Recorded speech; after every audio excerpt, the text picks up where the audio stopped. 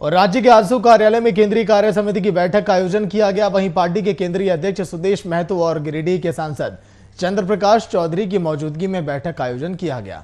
इस बैठक में अनुसूचित जाति को आरक्षण और सरना धर्म कोड के मुद्दों पर चर्चा की गई। वहीं पार्टी बैठक के दौरान अनुसूचित जाति के 27% आरक्षण की मांग को लेकर चरणबद्ध आंदोलन करने की बात कही गई।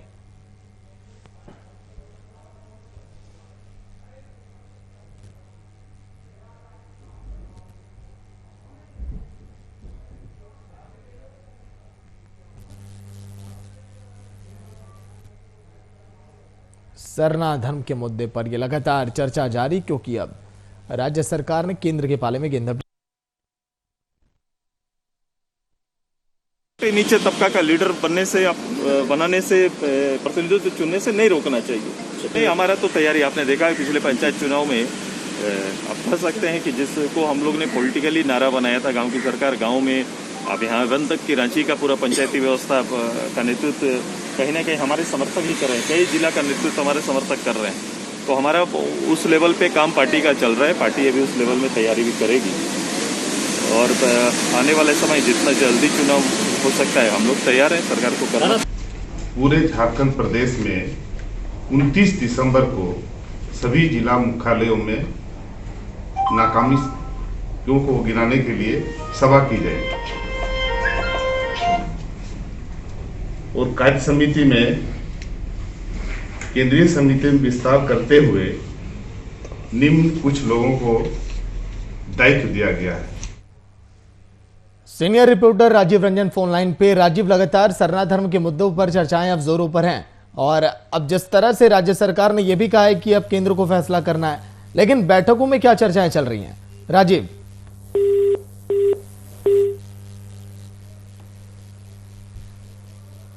तो फिर से जुड़ने की कोशिश करेंगे। तकनीकी खामियों के चलते फिलहाल संपर्क टूट गया है। केंद्रीय धर्म कोड, जिस तरह से इस मुद्दे पर चर्चा लगातार जारी है, केंद्रीय कार्य समिति की बैठक का आयोजन ये किया गया और लगातार सरना धर्म कोड की मांग अभी जोरों पर, क्योंकि राज्य सरकार ने अब केंद्र के पाले में गेंद डाला, लेकिन कई बार से ये कहा जा रहा है कि जल्द ही इस पर विचार किया जाएगा। लेकिन आज की इस बैठक में अनुसूचित जाति को आरक्षण और सरना धर्म कोड के मुद्दे पर चर्चा की गई।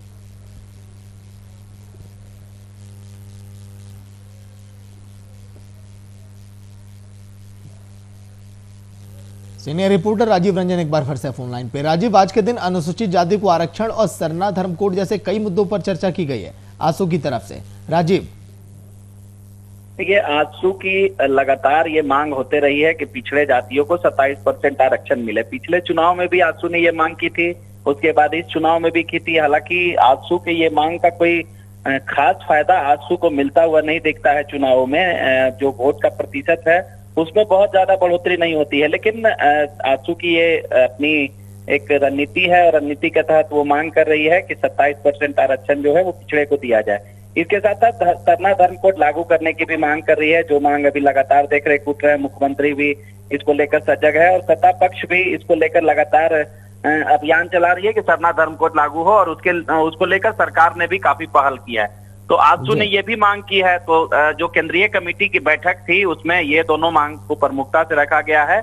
इसके साथ साथ रोजगार का एक जो मुद्दा है, जो लगातार पक्ष विपक्ष और तमाम दलों के लिए एक मुख्य मुद्दा रहा है, तो रोजगार के मुद्दे पे भी आजसू ने अपनी बात रखी और कहा है कि 1932 के खतियान के आधार पे राज्य में जो स्थानीय लोग हैं उनको रोजगार दिया जाए, जो अनुबंध पे लोग हैं उन्हें परमानेंट किया जाए। तो आजसू ने अपनी बैठक में इन तमाम मुद्दों को रखा है और पार्टी में ये रणनीति बनी है कि इन्हीं मुद्दों को लेकर जनता के बीच जाएंगे और जनता के बीच जाकर इन मुद्दों को उठाया जाएगा। सरकार को इस मुद्दे को लेकर सजग कराया जाएगा ताकि इस मुद्दों पे काम हो और झारखंड में जो स्थानीय लोग हैं उनको इसका लाभ मिल पाए। जी चलिए, शुक्रिया राजीव पूरी जानकारी के लिए। तो 27% आरक्षण की मांग को लेकर कई चरण में आंदोलन करने की बात अब कही जा रही है।